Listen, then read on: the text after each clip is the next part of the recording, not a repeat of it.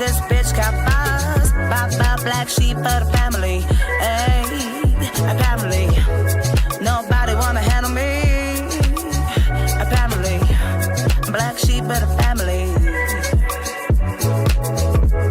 Nobody wanna handle me. Yeah.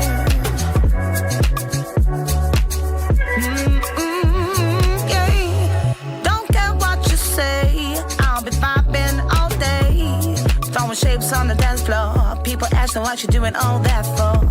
I'm having the time of my life, feeling the highest of highs.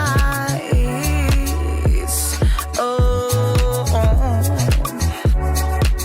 yeah, apparently nobody wanna handle me. Yeah, yeah. Apparently I'm the black sheep of the family.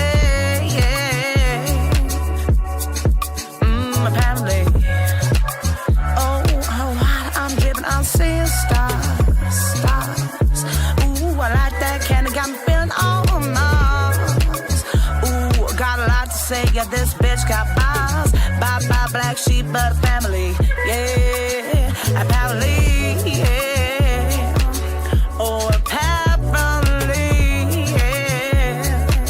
Oh, apparently, yeah. Oh,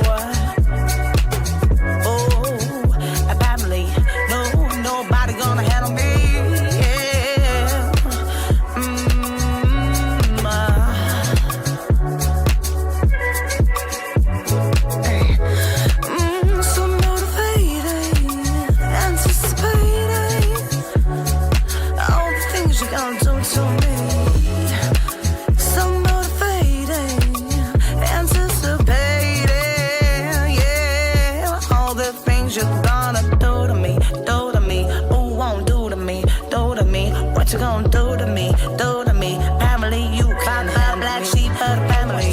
Hey, apparently, nobody wanna handle me. Apparently, black sheep of the family.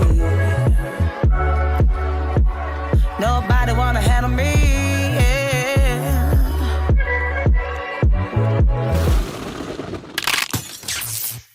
RTO Films.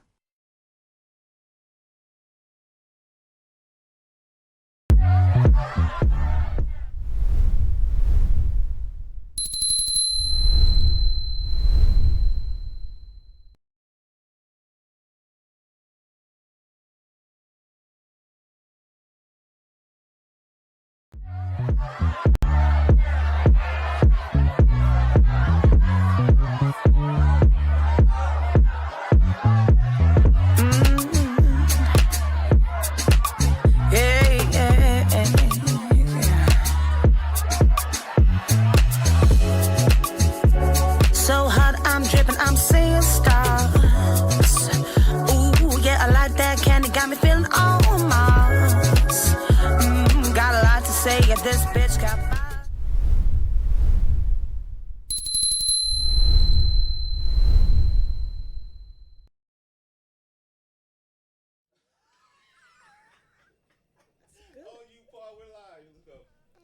What's up, everybody? Welcome back to the Real Talk Podcast. We live, we lit, we are here. D, what's up? Diana, how you doing? Clarissa, what's up? How you doing? Good, how are you? Paul, how you doing? I'm okay. Check it out. Okay, we got a special guest today. We'll get to that in a minute. First of all, Diana, how was your weekend? It was great. It was great. Relaxed. Did you do anything? Clean. That's Clean it. house. Clean house. That's good, mom. That's good, mom. Clean house, that's it? That's it. Nothing else exciting? No, not at all. Oh, okay. That's good. Clarissa, how you doing? Good, how are you? How was your weekend?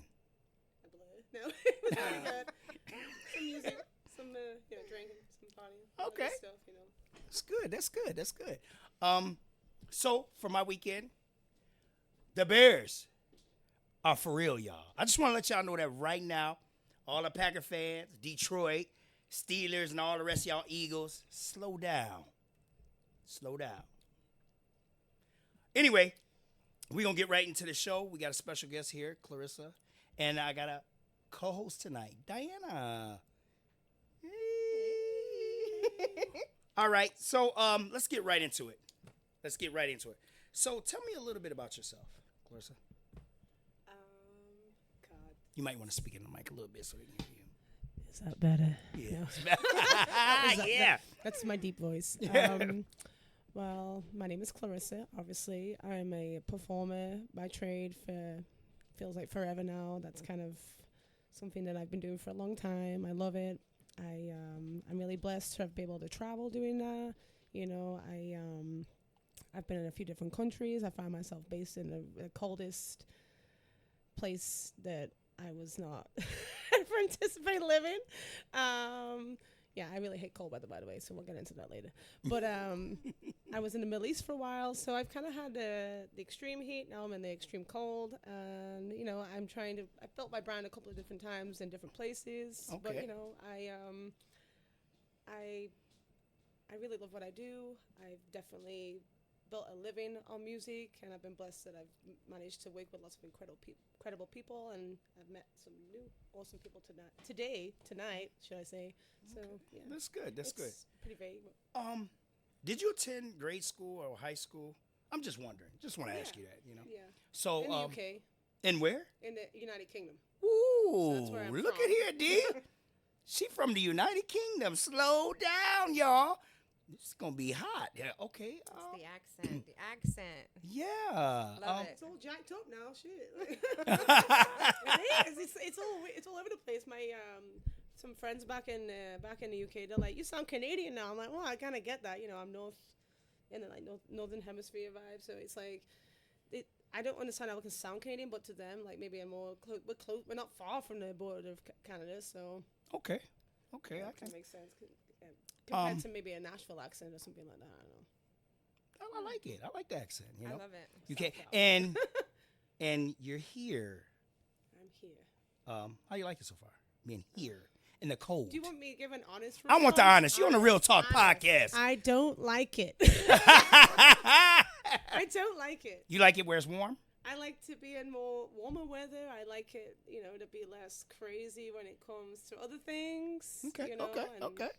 Let's give we it. don't know what I'm talking about, but you know. Okay. All right. Mouthful of Grace checking in. What's up? What's up? Danny, what's up?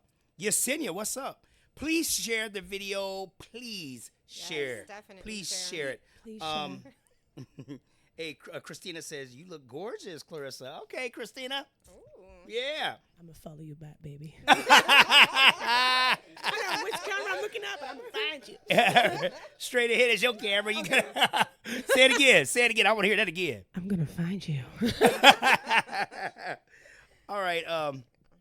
So I didn't get it. So you went to school in the UK. Yeah. High school as well. Yeah. Okay, that's I didn't cool. leave till I was 21.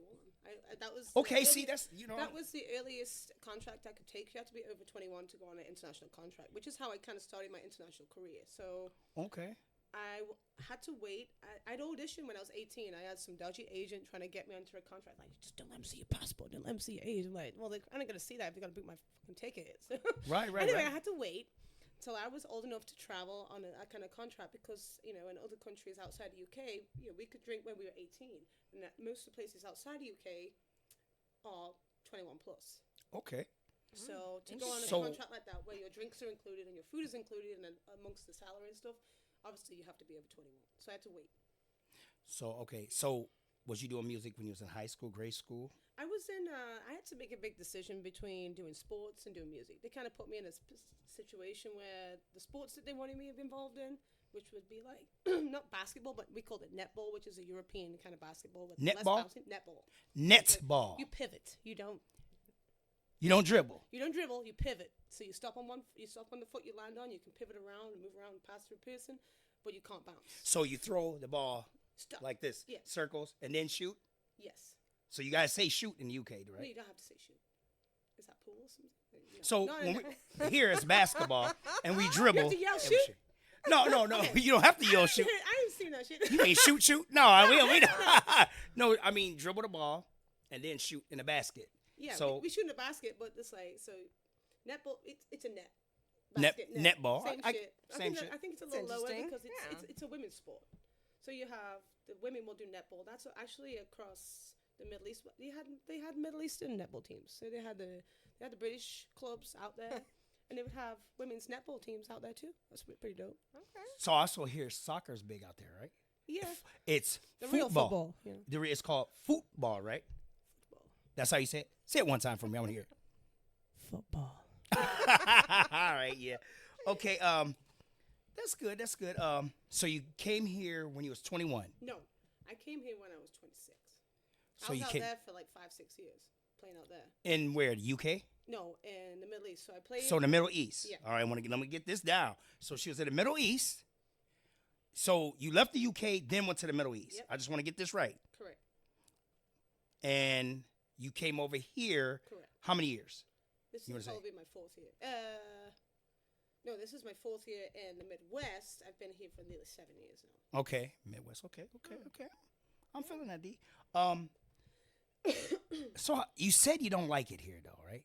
Because it's cold. It's a mixture of things. I feel like when you live in the Middle East, you get used to like a slower kind of living. Like, not everything's as rapid. Like things are seem more calm. It's peaceful. It's more peaceful. You would Yes. you would hear like can you would hear imagine. like Muslim prayer like in the far distance in the early morning, multiple times a day. Like the gentleman who will be doing the Umin and Arin and stuff like that, and then you would have like just a slower pace of life in general, especially when you go more like to a little bit more in like maybe South Asia as well. And then I feel like you as soon as you get to obviously Japan and China and then America, like we've all been kind of like we're all like on the go all the time. We've got to go and get that money. We've got to get, we got all these other things that are considered normal here, but not considered normal in other places. So.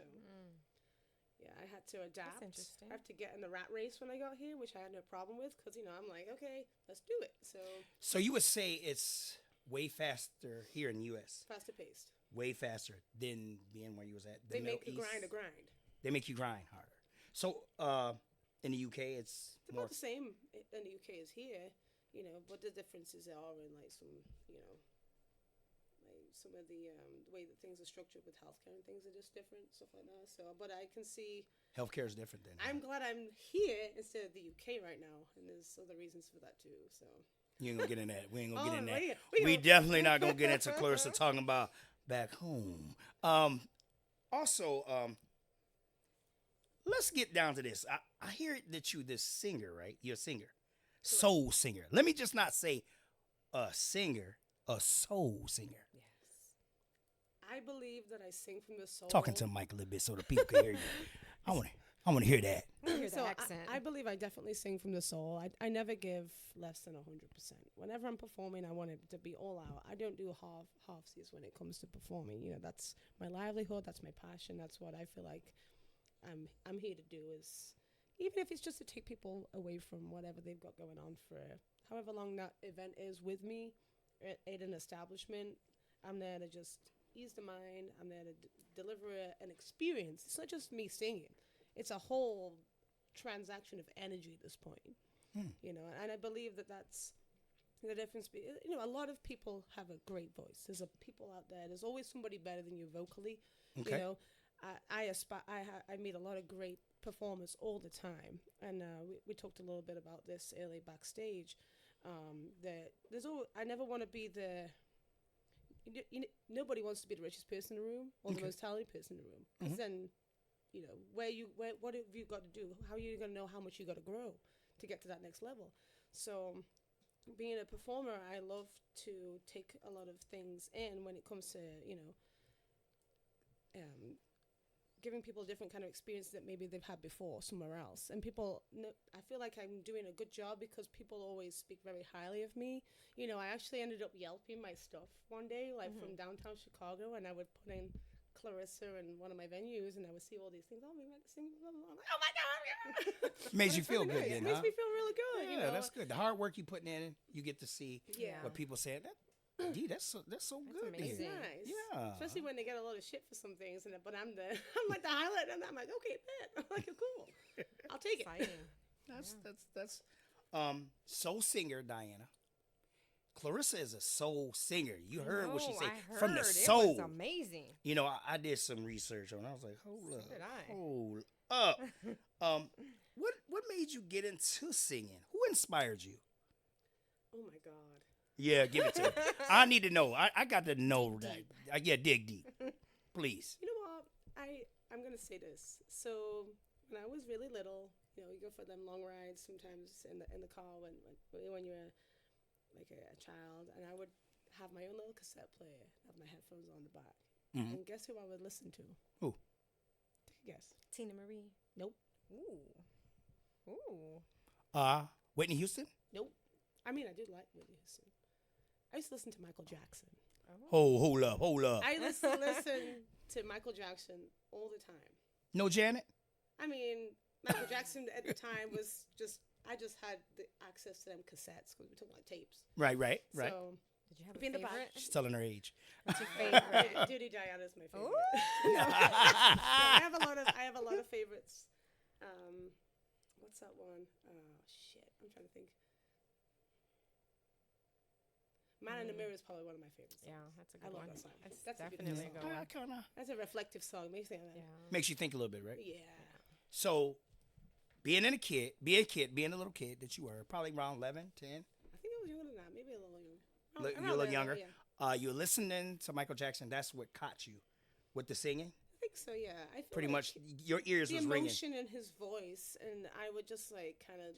That was something that was a great way for me to let out my emotions. I've always been a very emotional person. Like, That's and good.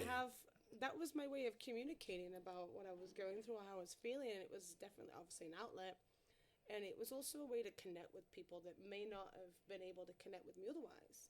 Okay. And music, I think, is it's a universal language. This mic closer. It's a universal language. You can listen to the same kind of scale, the same kind of sequence of notes in any country, and it can make you feel a certain way, whether it's a major or minor scale. And there's a thing called frisson, where you get them goosebumps when you listen to music, and it makes you feel a certain way. Mm-hmm. That's a thing. Music can speak in ways that you can't use words otherwise. It's a music make you lose control. Let's go. Sorry.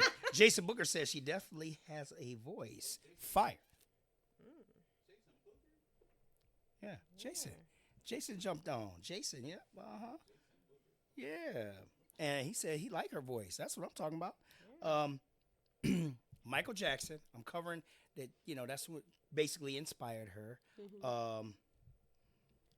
I also seen that you like Tina Marie.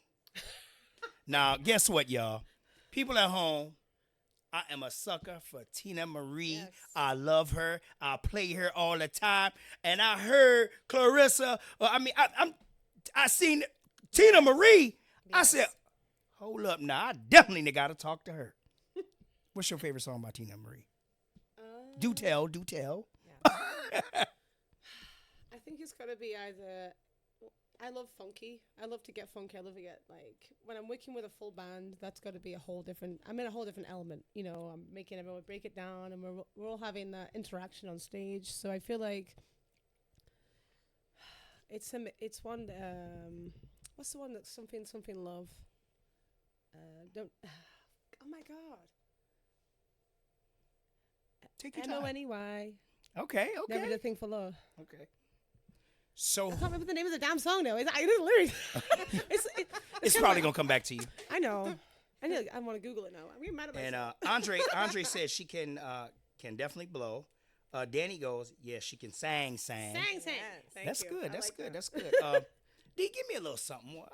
I've been doing all this little talking. Let me give my co-host a little some of this. Just jump on in. Well, just go ahead, give me a little something. What's the biggest misconception people have about you when they first see you? I don't know. Do they think I'm a bitch? That's cool. And then I don't even get it. I actually had this lady approach me. This is a long time ago. She's like, "You look really aggressive on stage." Because when I've been singing, I'll be in the zones and my eyes are bulging and shit. I'm like, I need to fix this shit real quick.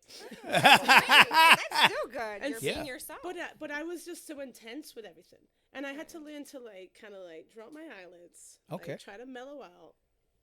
Hit a blunt. And then just kind of trying to oosaw, because I feel like nobody wants to be overly intense all the time because that can make people be like, oh, what the fuck wrong with her? Like, True. you don't want to, I'm not trying to give that vibe up.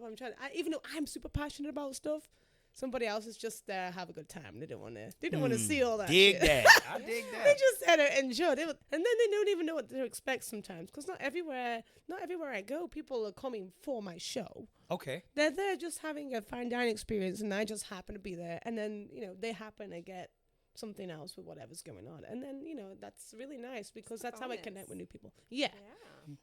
I've met a lot of couples like just out there and like, oh my god, we never expected us to for this to meet you and blah, blah.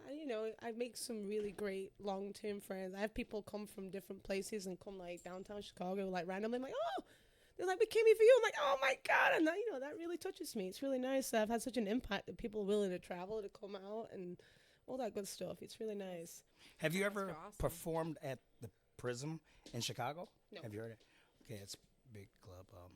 What are some of the places you performed?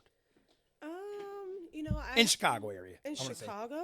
Yeah. It's been mostly like, there was a place called Mickey's Park. That was a Korean fusion venue. That was one of the first venues I did a couple of years ago. And then I did the Boss Bar. That was, they have like a smaller stage there. And then I went to Untitled Supper Club. We did I've actually had a few local guys come and join my shows there as my backing band. Keelan Jones, the various. Yeah. I keep saying his name wrong. He's probably gonna hate me for that. Yeah. And then I've also got a lot of other cats from Milwaukee. I meet people, we connect. I'm like, okay, let's do this. Let's make this shit happen. So for her being here 7 years, you meeting some key people around here. Exactly. And that's. I'm really blessed. I'm really blessed. She can say that again. Yes. D, give me something else. I know you got something else. So, do you feel the pressure to look a certain way as a soul singer in this industry? Ooh. You know what? I had someone point out my edges the other day, and I was I was like, well, listen here now. I just come from the gym, so I was like, I feel like, unfortunately, when you're on camera, when you're in front of people on a regular basis, in order to avoid some negative prompts from people, you have to kind of just be, what's the word I'm looking for? Preemptive of what that could be. And I didn't want to hear shit from no one. So obviously I'm going to try and come out looking a certain way. Like, there's been times when I've pulled up and I've rubbed my eyebrow off something, and someone will eventually tell me, unless I go, like, if I'm going in the bathroom on my second set, I realize I've rubbed, like, my fucking eyebrow off. I'm pissed. Like, if you don't say some shit to me, like, we ain't friends no more. Like, keep it real. It happens, Plus, when I get to somewhere, I normally pull up and, like, I'm in loading gear. Like, I'm loading in equipment. I'm carrying my shit. Like, I do it all. Wait. Oh, yeah. Not Wait. Hold up, Chris. Don't tell me you carrying stuff. I carry my shit. All right, that's what you carry your shit. You all hands on deck, baby. Krista said she carry her own shit. You hear me? She get it there. She ain't one to just sit back and let everybody else do the work. No, and I get a lot of help. I get a lot of help off it. I'm just like, sometimes it's questionable near the end of the night. I'll carry that for you. I'm like, oh yeah, bro, put my piano down before I fuck you up. Okay. If I throw my heel at you. No. That's what I'm talking about. Okay. But, give me something else. Give me a little something. Okay, so is there a difference when you're performing overseas versus when you're home? Ooh. Home. I mean, are you talking home here or home in the UK? Home in the UK. Oh. You know what? It's been such a long time since I've played in the UK. I feel like I've developed and changed so much as an artist and as a person that when I look back at my time out there, when I was it was going really well right before I left the country. Obviously, everyone has a starting point. There's been, when I'm like 17, 18, I had incidences where my show was put in the wrong places. And then I've received some negative comments, and it's very important that could have crushed me as an artist, as a person, especially being so early on in my career. And so, like, I had to take that for what it was. I thought, fuck it, it is what it is. Like, you're not always going to be well received. But now I don't even have to think about that, because you know what? If I feel like there's a certain vibe in a place that people might not receive me well, if I let that get to my mental, if I let that get to me, that can really, that kind of takes over more. I think you have to be able to kind of see through the bullshit. Like, whatever's going on in this room right now, I'm here to change that. That's my job. Right. My job is to just do the best I can, deliver a show that's so refined, and I tailor everything to a room. As soon as I walk in, it's a different kind of thing that you would get somewhere else. Maybe some of the songs might be the same here and there, but I'm reading the room, and I'm not crowd pleasing. I'm just basically tailoring my set and the way that I deliver and an experience to kind of fit with what needs to happen in order to suck people in a little bit, and then you can kind of like, okay, now you're gonna hear more of what I have to do. That's more of my personality. I'm with that. Do you have a certain song that feels most personal to you?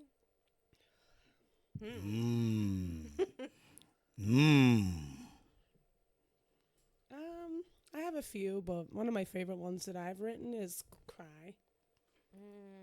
Cry? Yeah, that one, yes. Hey. You know what? Yeah. Oh, you like crying shame? Rob likes crying shame. So your favorite one is Cry. Cry. That's the that was like a very big turning point. So I feel like So that reflects a lot. why don't you sing a little bit of some of that right quick? Take out the tissue now? One time. You know what, y'all? Look here, I didn't mean to put her on the spot, but check this out. We on the Real Talk podcast, and this is how we are. We just gonna break it. Let me hear a little something. Can I hear a little something? I can't look at both of you at the same Okay. time. Go ahead, look. This is your camera right there. Go ahead, that's your camera right I there. don't like singing at cameras. I like singing at people. Well, look at me then when you speaking No, it. I gotta look at it. Go ahead, look it to me. Sing it to me. I want to cry. If I see a D, don't you want to cry? Yeah, Okay, let's go. I'm ready. Let's hear it. Everybody, share this right now. Share this real quick. We got Clarissa in here. I had to put her on the spot. She looking at me like, hold up. Let's go. No. Okay. Oh, oh, oh, oh, oh, oh, oh, oh, girl, you've been on my mind. I can't even try to continue to hide and live a lie. And boy, if I could give you one last try, 'cause all we ever do is fight. Oh, you make me wanna cry. You make me wanna cry. Oh my gosh. Now listen here. You did that just It's amazing. free, no music background, all voice, everybody. All Vocal. voice. She messed me up. Yes. You just messed me up with that. I'm like, I'm stuck. I'm stuck because she blew that. I'm like a couple feet away from her. Sounded like shit. Let's put out. No. You know No. how many drinks I had before you can't. It don't make me. Hey, Christina says she gonna make me cry. Andre goes, man, let her show what she can do. See what I'm talking about? Yeah. You know who that is, Andre? Montgomery? Okay. Somebody following you. So, did you just feel that? What she did? I did. I That- did. I tried to look away. Have you done Tina Marie, any of her music? Have you sung in her? I've done a couple tribute events in Milwaukee. Okay. And what did you sing with her? Not with her. What did you sing? What did you sing? What song did you sing? By Square Biz. Oh my God. Yesenia's liking it. Patrice is Something like the MONEY, Everything for Love, and then it was like slow. what? Do you? Cause MONEY, never the thing for LOVIN. I'll never understand what people had sorry. Oh, tell me what I need. I need your loving. And it's the bottom line. I need your loving. And just a little time. I need your loving. Now I know what it's called. I need your loving. That's the name of it. I have to sing all of that to remember the name. It's great. Oh, my listen. God. And then it was like, You have that voice. thank you. You had no, seriously. Look. I heard you on YouTube. I heard you on sessions. You have a magnificent man. The voice is just right here. It's touching. It hits you. It's one of them type voices. You know what I mean? Look. You going places. Don't do it to me, Rob. Don't do it to me, Rob. The Real Talk Podcast. Sing this right quick. Clarissa, let me see you sing. That's where it is.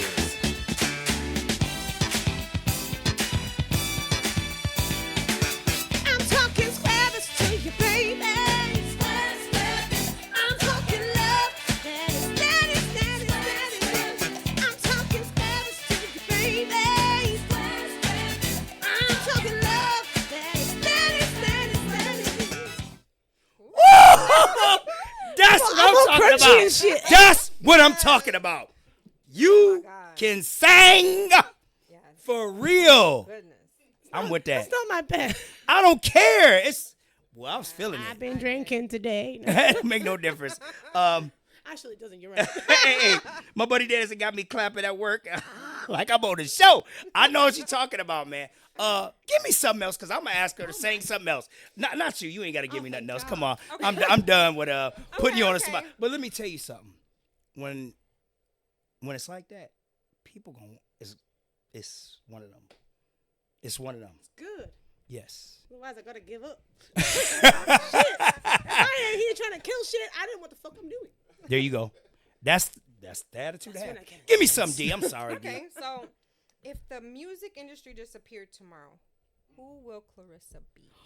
Ooh wee. Ooh wee. Fuck it. No. Give it to me. What you say? I was gonna play with. No. I'm not gonna say that. No, say it. Then I have to get into. Say what you mean. This is the Real Talk Podcast. Come on, give me something, Clarissa. Come on. Come on now. Not OnlyFans, damn it. So, funny thing, I did write a song about OnlyFans and about that industry, but I would never be in that. I think I would probably go into more of like a, like more like marketing or something like that. But I would have to be like if I don't know, I'd probably do like something like TV production or something like that. I feel like even though it's not a thing that I've really fully explored, I feel like I have the ability to do that. You know, I love talking to people, I love connecting with people. I'd have to find a different way of doing it. That hits home, D. Diana, that hits home. I mean, It does. the question you asked her, and she came right. She's like, We might all get replaced by AI though. Shit. "Oh, right. Oh my God. What we gonna do? What we Okay, gonna so I do?" got another question. I'm gonna dig. Oh, That's some God. bullshit. Yeah. AI artists. Come on, you guys. Well, I don't know if they're gonna make you have that voice like you got, or a lot of other artists, Chris Brown and all. Some music that touch you. You know, and music is there to. That's why you a soul singer, because you come from the soul. It's that, and that's what's worrying about, artificial intelligence. It's like they should be doing all the duty work, not the soul work. Can you like send a quick few emails for me? No, I wouldn't ask AI to write me a fucking song. I had someone trying to do that one day. I'm like, nah, that's not what we're doing right now. Like, I think they haven't had human experiences to kind of deliver that kind of emotion. Well, unless people are teaching them that. Right. And I feel like we shouldn't be doing that. D, give me something. I'm gonna dig deep Come on. because I know that in this industry, as successful as you are, and the higher you go, does it make you feel lonely? Ooh. Because this is your journey. D getting it now, y'all. D is digging deep. I think I've already accepted how lonely this journey is going to be because I moved countries with 5 or 6 people I just met in an international band, and I lived away for 4 or 5 years. Like, my best friend is still my best friend in the United Kingdom. I've seen her once in the last 10 years, and she just came and stayed with me and hung out. And I have a lot of acquaintances. I meet a lot of people on the way, but like solitude, which I also don't have for other reasons. I mean, I got kids and stuff now, so it's like it's a different kettle of fish. Like navigating a career where you're constantly trying to elevate, people are always going to drop off unless they're on that same level as you, and you've got to be okay with that. Shit. You got to be okay, like, because how are you supposed to get? How are you supposed to get to the next level if you've got all these people holding on to you? Like, don't go. Like, bye. I know Shit, you can't bye, take them bitch. with you. I don't want She You can't said take that them though. With you. You can't. This is anybody- your journey. Everybody who they say that some people are there for a season, some people are there to build you up and help you out, and you can either learn from them and you can collaborate. But if they don't make it with you, that's just what it is. Like if I would have really just have been like, I don't want to leave all this, but I would have never have traveled anywhere or done anything. Wow. You have to be able to just be like, okay, I'm willing to, go the distance. Damn. That hits me. Couple seconds. Kathleen said, "What up? Beautiful voice." Robert Vaughn from the Bottom Line sent 100 stars. Thank you. And he says, "What up, y'all?" Danny sent 200 stars. Okay, Danny. Okay. D Slam with the questions. He said, "Okay, there you go." D Beatrice sent 100 stars. Thank you. Thank you. Jason Booker says everybody can't go. That's Absolutely. all that shit's real deep. What you guys are saying right now. Go ahead, say that. So we had a conversation earlier before you guys even got here about I don't. My parents have come to visit, and they raised me, and I am officially a black sheep of my family. I'm dead ass. And I'm gonna. Don't tell me that. I'm dead ass. Don't tell Clarissa. Don't hold up now. We on this show. This the Real Talk podcast. People Don't do this think to you me. have a great support network when you're doing well. No. What? Even Lotto said that. Your voice, your attitude.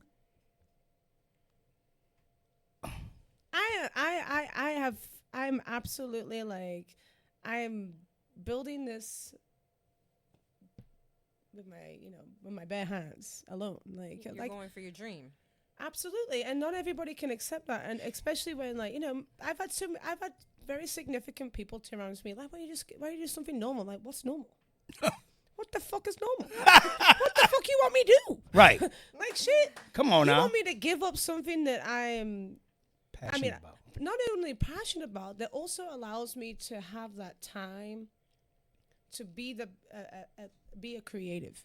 Like, music pays my bills. The fuck I'm gonna give up music and do something that's a considerably less amount just so I can have what's what I'm looking for is stability. I've been more stable earning money via music in the last decade than I have anything else. And that's because if you have something, you use it, you push it, and you figure out a way around it. COVID was hard. Okay. And COVID was definitely, especially a hit to the hospitality industry, which is where I do most of my work, which is why I want to shift into more of the private industry. Because, I'm pretty sure there was plenty of people getting paid, during COVID, even doing like underground parties and stuff like that. Mm-hmm. And, I know I can navigate how to find them kind of things. And because all this kind of stuff went virtual, and the virtual is not my thing. Mm-hmm. It just is what it is. But like trying to navigate it when you've done this for so long, like I've tried to have a normal role in society, which people have kind of pushed me into, and I've been incredibly unhappy. Damn. I sold insurance when I was like 17 years old. I'm like, this is some bullshit. Like, I'm done. I tried it, and I think I crashed my car one night. Then I had an epiphany. I'm like, this is some weird ass shit. I can't do this no more. Clarissa, I'm gonna ask you. So, can I get back? Can we get a little deep? You feel like it? Okay. Let's go back to the parent. I'm really fucked up, y'all, at home about. She said the parent things, because I'm gonna tell you the Real Talk podcast. You coming in, sometimes you may look at a person and think that everything is A-okay. Oh yeah. Huh? Yeah. Come on, y'all. Social media covers everything. Sometimes, y'all. Yes. People at home, y'all know what I'm talking about. You see people all the time, and you think people's A-okay. You heard Clarissa said support system. Yeah. As far as parents, she's building this herself. Man, that hit me a little. My parents haven't seen me perform live since I was maybe 20 years old. Oh my gosh. I'm 32, bro. Oh my. They haven't seen me perform live. My mom will see stuff on YouTube occasionally, like, "Oh, that was great." No, come on. They don't know what money I earn. They don't know what things I got going on. Like, but when they pulled up in town, they're like, "Oh, you're doing too much." I'm like, "No, I'm doing what I need to do." Right. And So- you can't come in judging. So Back up. do you talk to mom more or dad more? Like you give mom, because being a female, the females always talk with mom. So is mom kind of sticking by dad's side with the? Come on now, give it to me. Give it to me now. You on a Real Talk podcast. This is real. This ain't no phony baloney. This is the real Clarissa. This is you. The last thing my dad said to me was, "Have a nice life." Wow. And that People was- at home, you hear this? And that's because, I've created distance because of just the way that I was treated when I was younger. And I feel like when somebody grows as an adult, you can either acknowledge that there was mistakes made and you can kind of try to move forward, but you can't keep making them same mistakes. Otherwise, I'm going to keep getting fucking traumatized. I'm like, I'm not going to keep doing that. Okay. Like, you need to change. We can review our relationship, but you can't treat me as I've had to set boundaries with people. Ooh. And that's a hard thing to do, especially with your I was getting ready to ask you that if you had some hard boundaries now that are different from your past when you first started your career. I feel like as soon as I came over 30, that's when I started getting all this clarity. You start realizing these are things that I've needed to really put in place for a long time because, creatives, they really want that love from the people around them. They really need that. They feed off being accepted, being loved, and people enjoying what they do. And if they're not getting that from people first and foremost, they're all absolutely going to get that from further abound if they're talented. And so what the comments that I've received is, why do you feel like you got to do all this to get appreciation? Because I'm not appreciated right here. And, a bottle of water can be 50 cents at the store, but it's $4 at a festival. That's me. I got to go somewhere else to be appreciated in what I think I'm worth, which is more than $4, by the way. But you get what I'm saying. Like, you got to go where you are loved and appreciated. And people, the amount of love that I've experienced from everywhere else but the UK. I had a lot of fans in the UK. Okay. And I made great money in the UK. But I just felt like there's so much more to be had. And plus I wanted to travel, the more that I've pushed myself to go in different environments, the better I've been received because she who dares wins, and I feel like that's consistent with what I've been doing, and I'm going to keep doing that. I've got to keep making myself uncomfortable to grow. And I don't ever want to be comfortable at this point. I want to just keep. It's like strangers are your biggest fans. I don't think that it comes technically from family, but I think your supporters are really strangers. Absolutely. And that's in any business. Do you get that a lot too? Because I do. Diana's a baker. She bakes. She's custom cake maker. I want to point that out. She makes cakes. She makes some cakes, and they taste good. Thank you. By the way, y'all gotta look her But up I too. do. I feel the same way. I feel that your biggest supporters are strangers. Yeah. Yeah. For sure. Just, It's they don't frustrating, question though. your price. They don't question your value. Yeah. So Wow. I want to go over. Jason Booker sent 100 stars. Christina says, "Well, then make sure you grant his wish and have a great life." Wow, there you go, Christina. Ain't playing. Sometimes Thank people you, get. Christina. She says sometimes people get blinded by the brighter stars around them. Okay, and we got Anthony. Andrew goes 145 stars. Listen, y'all. Thank you for the stars. Please send them stars. We need them. We need them. Share this live. This is some serious stuff. She's talking serious, and you know what? She almost got me a little bit emotional talking about stuff like that. See, my parents are gone. And it's sad when you have people in your life that's here living, and then you have such a great talent. You're sitting here on a Real Talk podcast, you're blowing without even a band or nothing. That's talent. So you want me to give you the line that kind of crushed me before I traveled internationally as an artist.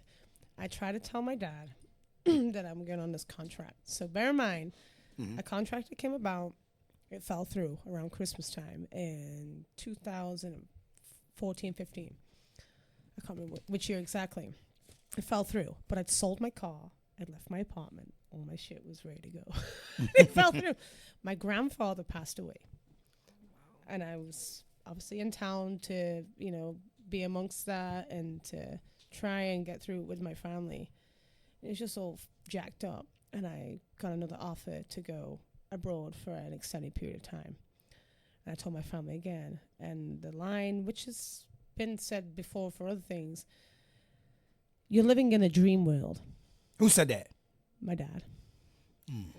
You're living in a dream world. Because they didn't feel that the opportunities that were presented to me were realistic. I'm like, no, I'm going to go and I'm going to be paid to perform regularly. I'm going to get all my shit paid for, all expenses paid, flights paid, all this, food, accommodation, blah, blah, blah. Everything's paid plus a salary. And that's a great way to go to another country and to do that as a residential artist. And don't get me wrong, these contracts are fucking intense. Like they tell you before you go, like, you will lose your voice. And I lost a lot of my tones for 6-7 months because of these contracts. And I'm blessed that I've been able to get it back some way, shape, or form. But I've been through a lot of intense situations and contracts and stuff because of taking that risk and pissing off people in my family. You know what? If you've got a dream and a passion, the more people you tell, the more people you let in to try to put you off doing your shit. So that's my advice to anybody young. Like, if you've got a gift or a passion and you want to run with that, is just do it. Life's so short, Man. I'm living proof like that you can go away and you can find your value. You already know your value deep down. You're just not in the right place sometimes. And that sucks. And it's sad. And you have to let people go, like I mentioned earlier. And you end up finding more of your path, just going on a journey. Because the same shit gets same results. That's a fact. Jason Booker goes truth. He goes truth. Man, Christina goes, sound like someone who didn't have his own dreams, just an act on them. So it could be some jealousy. You think maybe family was jealous? I feel like parents should never be jealous of their kids, but that's not okay. But that's the reality sometimes. Okay. Have you ever had a moment in your career where you felt like you were ready to quit? Ooh, get her. I know the pressure. The pressure of doing this alone and not having anyone behind you. I have to think back at least more than 10 years ago, because that would have been around about the you have to go over a hump before you really get sucked in. I would say that it was the one time where I had a lot of pushback by being put in the wrong places. But bear in mind, I had a very different voice. I had a very different set list. And I was kind of like, I was being led by somebody who had no what the fuck they were doing, even though I was kind of doing a lot of the same shit by myself. So when I was 16 years old, as soon as I was able to drive in the United Kingdom, I made myself some little business cards. I bopped them around all venues. This is first thing I was 16. 16. Made my business cards, told people I perform, I do this, and I started gigging. I made more money gigging than I was earning being an intern doing business administration. So I'm making fucking good ass money, like playing like live music, as opposed to doing that. And then I worked with some more reputable agencies and stuff like that. But there was a time when I was like around people I shouldn't be around, and I was doing drugs. The Real Talk podcast. I was doing drugs, and I had a rough night one night. Then I had to go to a gig, and I was fucked up. Like, I wasn't fucked up, but I was like, right, not feeling good. And It was like an old people's club. So you gotta imagine, like, I'm still recovering from whatever the fuck I've been through. I pull up at this old people's club. You know what this old bitch said to me? Give it to me. I swear to God. Come on now. What'd she say? After my first set of singing like Jessie J and not so much Motown, but like more poppy stuff, she's like, we should have just put the money on the bingo. She said that to you? She said that to me. Just put the money on the bingo. We should have just made more money on the bingo. Like, what? I was like, I'll just leave them. Just give me my check. Bye. And that's when I had that's when I had my, like, I'm in the wrong place, or I need to give up. So I never gave up. I just never really played at them kind of places. And I actually did change my set a lot after that. The old lady looking at you, I can just see her right now. No, you know, I know. You hung over and shit? I was hungover. You hung the fuck over? And your ass singing to the older people. Yeah. You were supposed to be singing something smooth, and right? I'm there like, what, Domino by Jessie J and shit? Like, beep, beep, beep. They're all like, and I'm like, she's like, we should have put the money on the bingo. I'm like, fuck you, bitch. You're like, what the fuck? What the fuck? Man. That almost ended my journey. Right there. Let me, Robert Vaughn says, man, I'm getting, Clarissa sitting there and there's an old lady talking about the bingo. And I know you singing, you hung over, you like, what the fuck? I do bingo. Yes. I call bingo too, at but Mickey Scotty. shit. I do, but I do a different bingo. I really call the bingo. I have fun with it. We got all type of music team. Oh, no, this is boring bingo. They No. wouldn't prefer- We can't do boring bingo. There's no such thing as boring bingo. 69. No. I'm going to say, 69, your old man won. Two little ducks, 22. Oh, no. No, that's an old That's the bingo they want. Yeah. So, Robert Vaughn goes, some paths are solely meant for you to travel along. What Honda's for you, others can't see it. It's tailor-made for just you. Robert Vaughn said that from the bottom line. That's some real talk for you right there. So I get what a lot of people are saying, and what I hear from you is you went through some rough times. Family, friends probably you had to leave behind. So there probably was doing a little hating, Diana, you know what I mean? We get some of them people that, I've had a lot of people say some of the times, hey, stop doing the podcast. I'm like, why? We started from a fucking kitchen. We here now. It's only up from here. Yeah. We had some good people come on here. Look, you're on here. We're meeting people. And with you traveling, going around singing, you're playing with different bands, you're meeting people, and you got an incredible voice. Yes. You got the energy and all that. You shouldn't let nobody talk you down. Mom, Dad, I'm sorry. Mom, Dad, I'm sorry. Love you, but this is me. It's my livelihood. This is what I want to do. And you got to do the best for what you got to do. Just like Diana. She makes them cakes. You know, people may say, oh, you might want to go buy a cake. No, she puts shit together. She puts stuff together, just like you. Yeah. You putting stuff together. You get your crew. You guys are putting stuff together. Give me something else. One more. Okay. I know you got another hot one. Give me a hot one. Give me another hot one. We got. Don't worry about it. Don't worry about it. You gonna sing another one before we go. Okay, so if the younger version of you was watching this interview right now, knowing what you know now and what you've been through, what would you tell her? Ooh, Clarissa, the younger you, girl. Now, forget that you got drunk issue. The younger you in a car, you kicking it, you ride, you in the UK. Would you change anything? All right.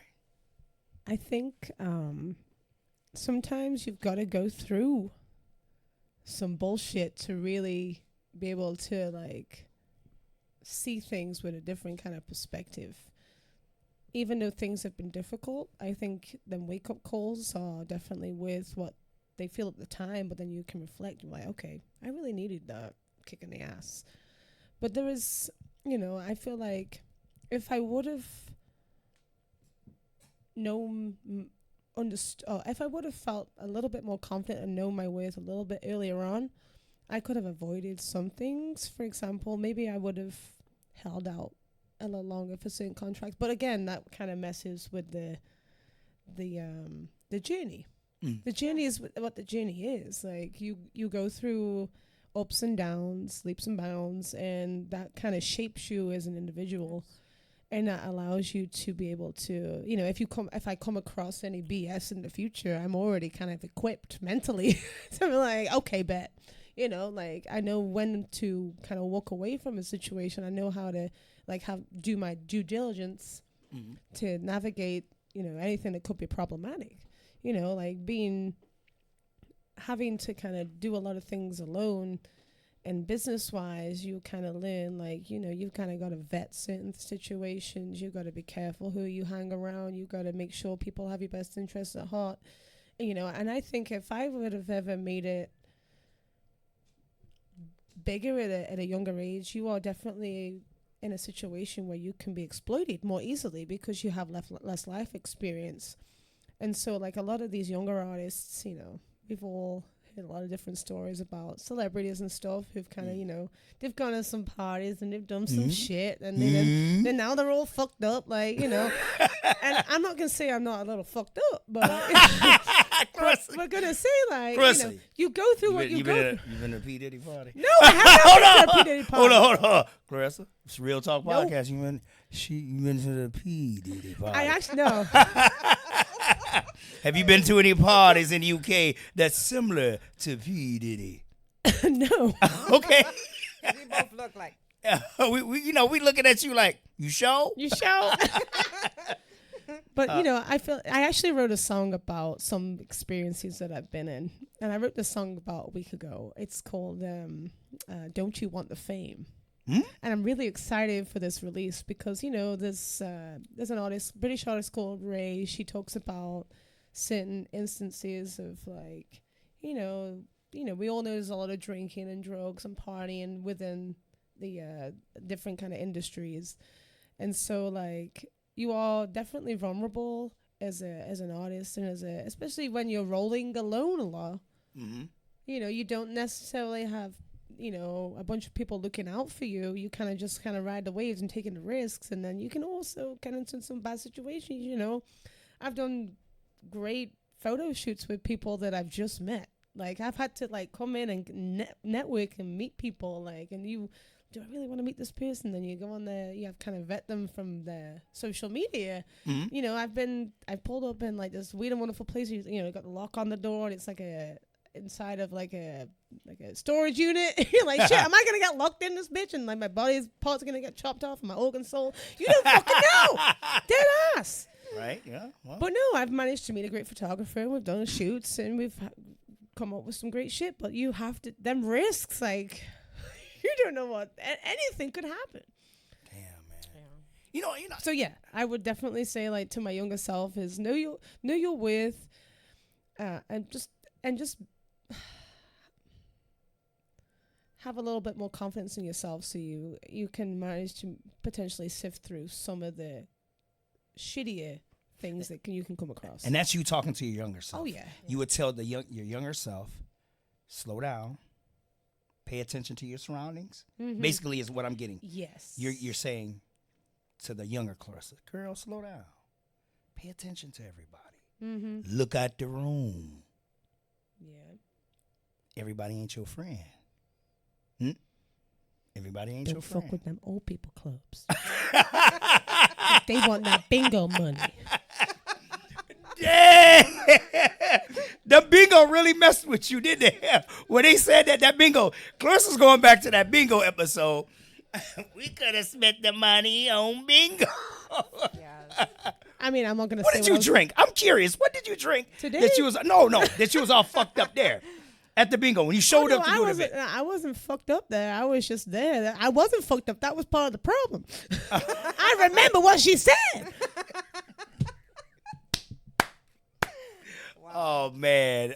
But yeah, I was 17, 18 when that happened. And it didn't crush me. I was just like, well, shit, I ain't gonna get back there again. I'm still gonna make my money. Right. Bet your ass they fucking paid me.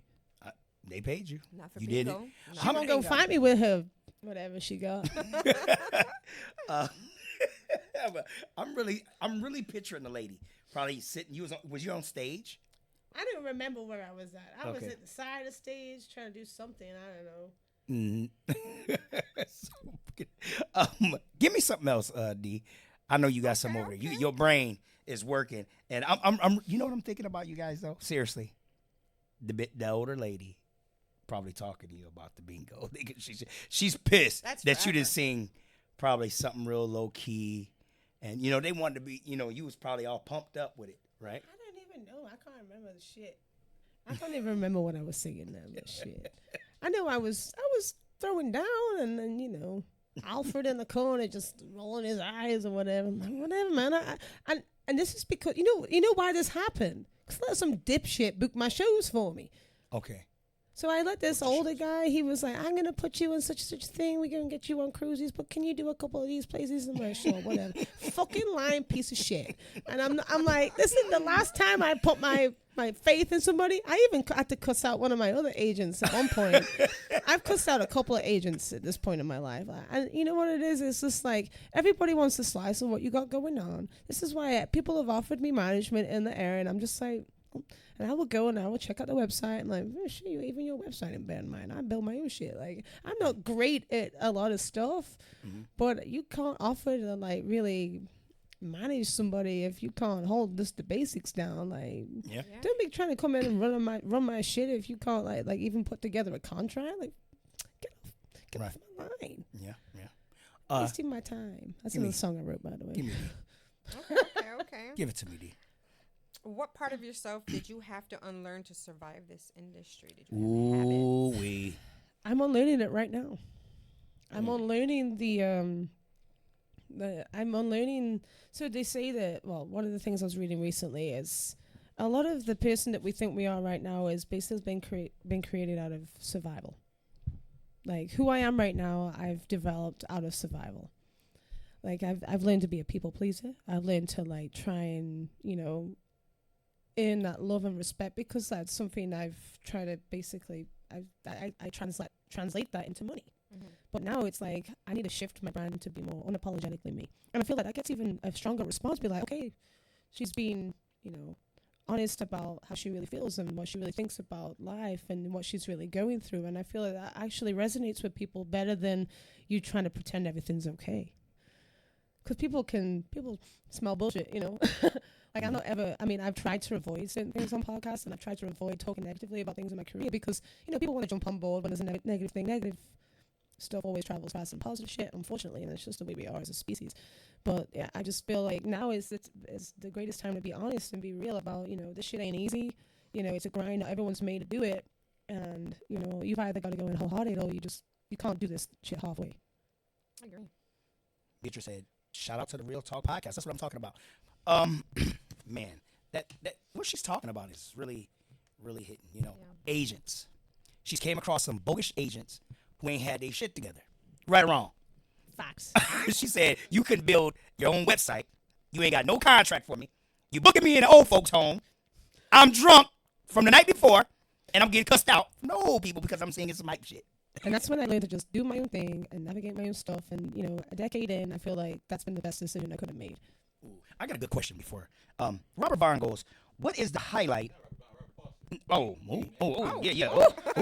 Correction. Robert Foster goes, what is the highlight of her career so far?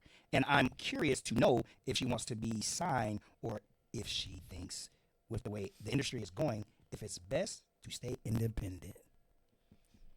Do you like what's going on now? I feel like there's so many. I mean, the idea and the label of being a signed artist is definitely, it's blown up more than what it actually is. I believe from what I've researched, you know, when you assign to a label, they have more suppose they have more resources. They have videographers, they have producers, they have engineers, they have recording studios, they have all these things. They maybe have a marketing team, but now they also want you to already be established before they even sign you with some decent kind of deal. So for me to build up as much as I want to build up and then have someone kind of swoop in and try to take my shit and then take credit for it, I don't think I'm willing to do that. You know, I feel like I've got the experience I've got. You can go and scoop up one of these kids who's got maybe 400,000 followers, but as soon as you give them a mic on a stage, they can't run a stage, they can't dance, they can't engage, they can't do all these other things. And then so when people come to see an artist that's basically produced in a studio,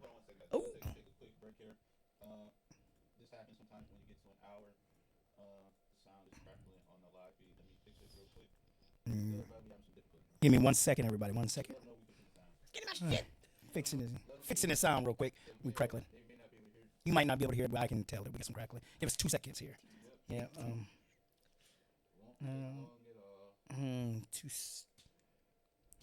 Couple seconds here. I was getting into it. Yeah, you into it? Danny Black. I have to ask her that question again. I really don't think they could even hear it. Danny Black sent you 100 stars.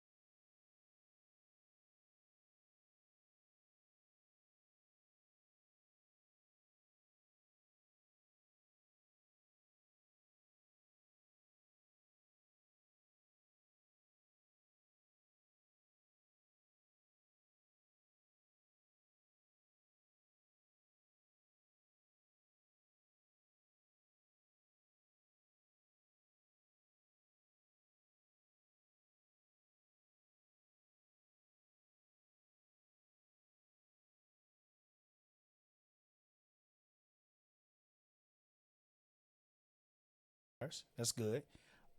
He goes, Christina. I used to. I had a major stroke. Okay. Yeah, so reconnecting now. Okay. So your sound should be good now. So Okay. you might want to ask her that question over again. I'm pretty sure they couldn't hear her. This is Go to another one. But you're back. Go for it. We're back. We're clear. You should be. Can everybody hear me? So you wouldn't want to do the independent thing. I mean, you wouldn't want to get signed, pretty much, if it ain't fair. It's not. I feel like, like I said before we had the technical issue, being signed is more of it's definitely a label. Mm-hmm. A signed artist isn't necessarily artist is doing better than an independent artist. It's just someone, maybe they've been scooped up by a group of people. Oh shit! Damn! Sorry about that. Cherry pop. It's cherry pop. Sorry about that, man. Oh, you said your chair. I promise I'm on my diet. I'm on my diet. Yeah. You gonna have to stand it out. Just stand it out. I'm good.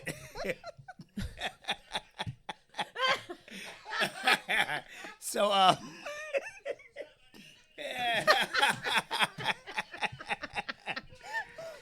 Daddy said we can hear you good. Teresa, I know you heard that. Beatrice, I know you. Oh, man, y'all something else. Show. Oh, my gosh. Hey, it ain't like your grandma saying what she said to you. Watch out. Man, Fix the sound just in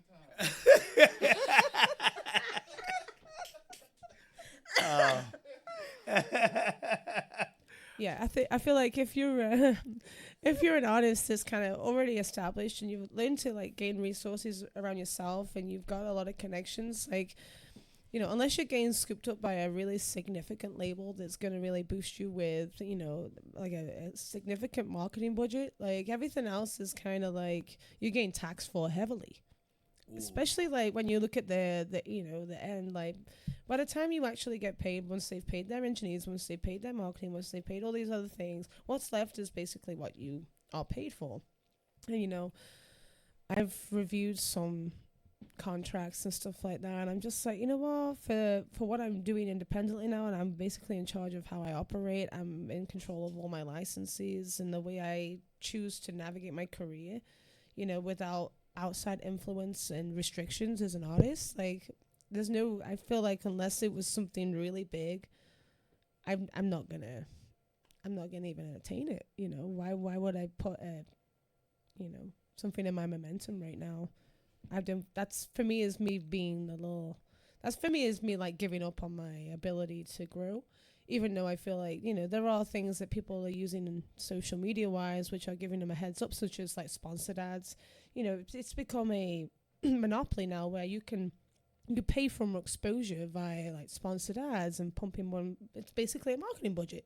So people just like when, maybe like Paris Hilton wanted to release a hit. You know, she's using her brand and she's using whatever like she's got to just then push something totally different, and that didn't really take off. That was just her trying something different. Right.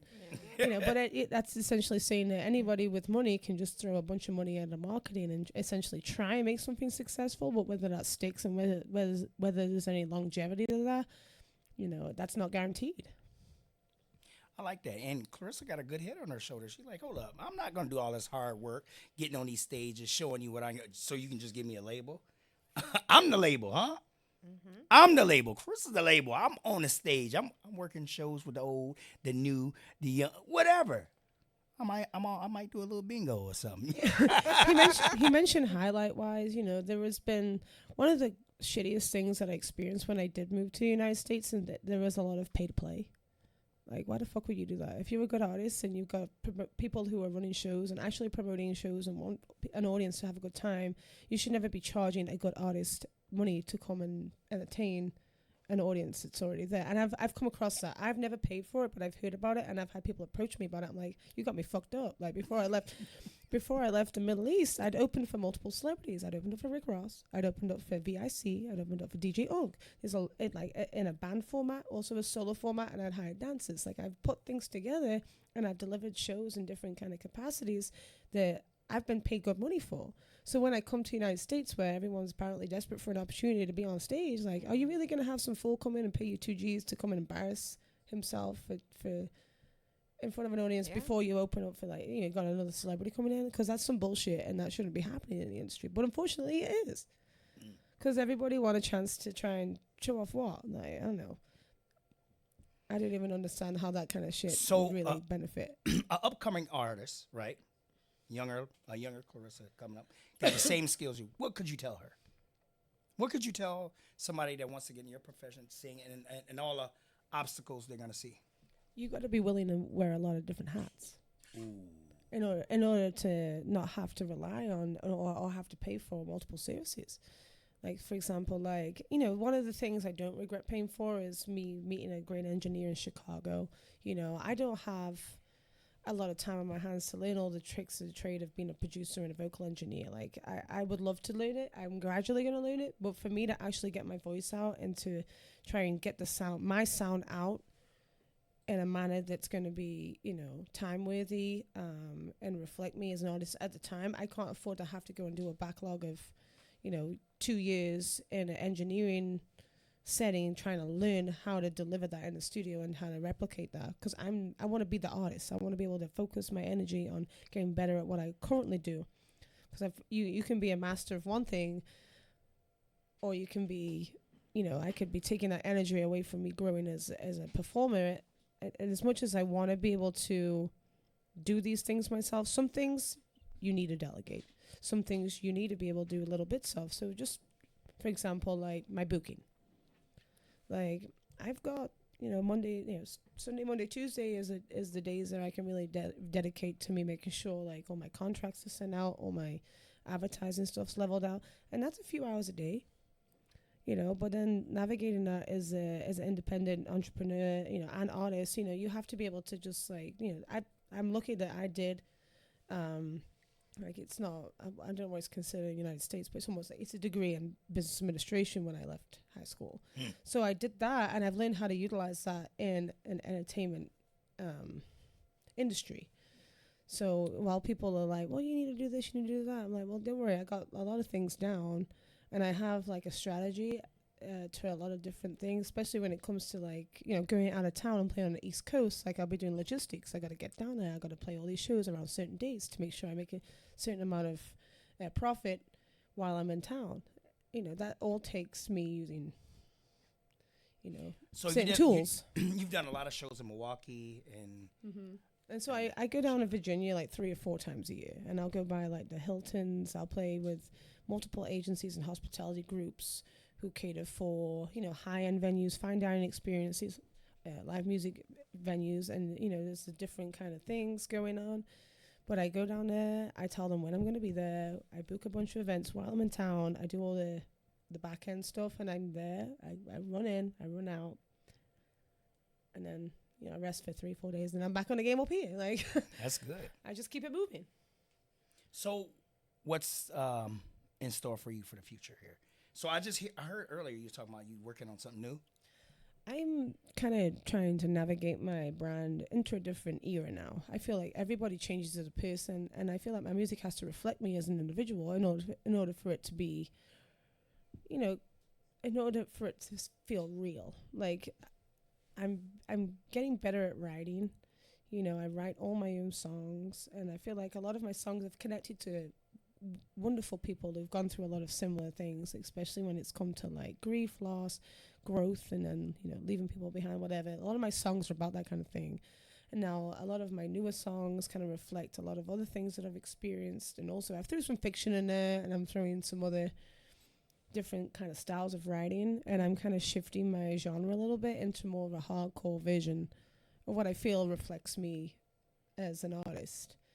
So there's things I gotta release. I'm trying to plan exactly how I want to do it, because I have maybe like at least a full album that I'm sitting on right now. That I'm kind of, we had some little previews earlier, and I'm really excited about it because it's a whole different side, but it's such it's a more aggressive vision of what I have done before. Like, there's a soul artist, and then I feel like now I'm kind of delving more into like R&B and a little bit more on the hip hop side. Ooh. And it's kind of funny because people are expecting me to rap really Britishly, but but yeah, that does happen a little bit. I'm gonna be honest. So where's the next show out here? How can they come see you perform?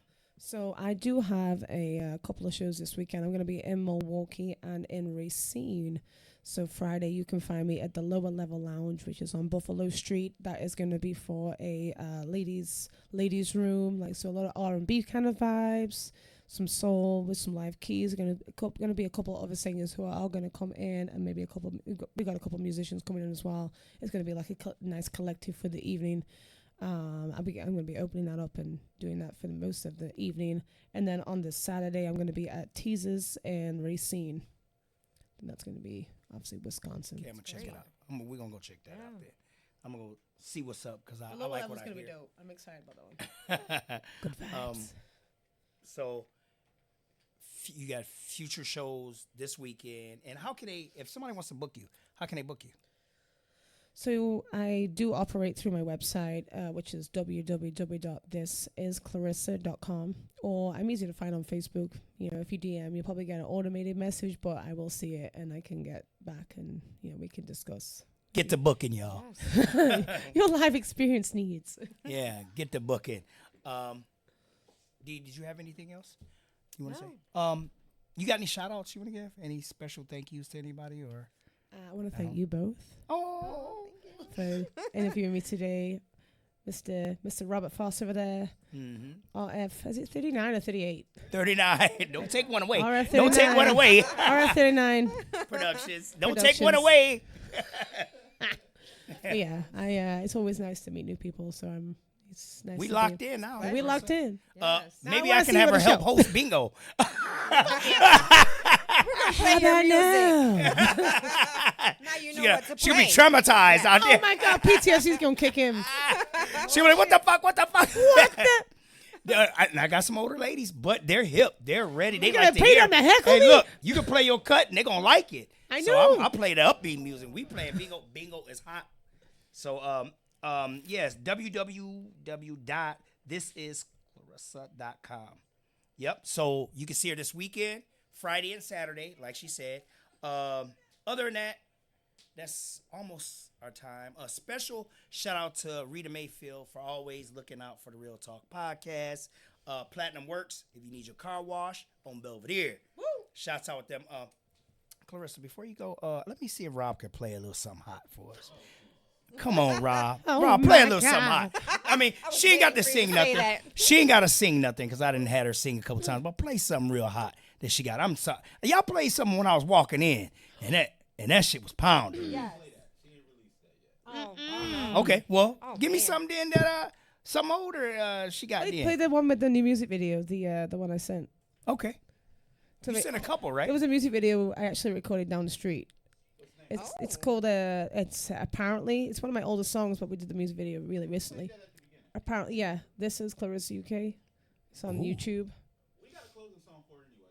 Oh, okay. Well, okay. Is that your favorite song? Well, I know which one that is.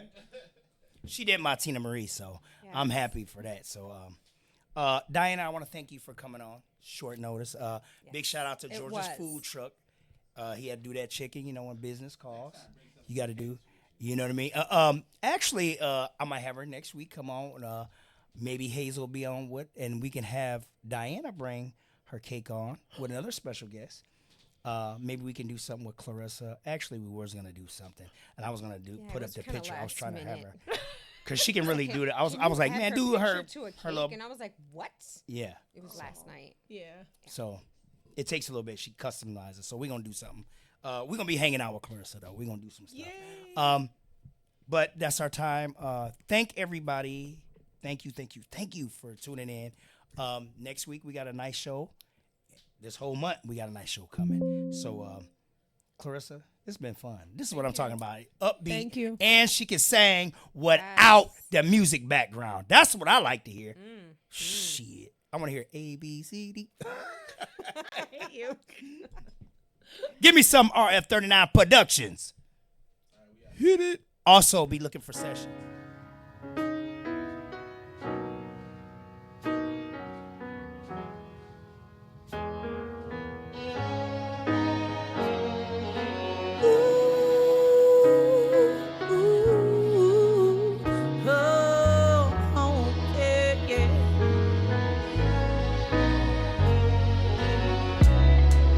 Got nothing left to lose, so lonely and confused.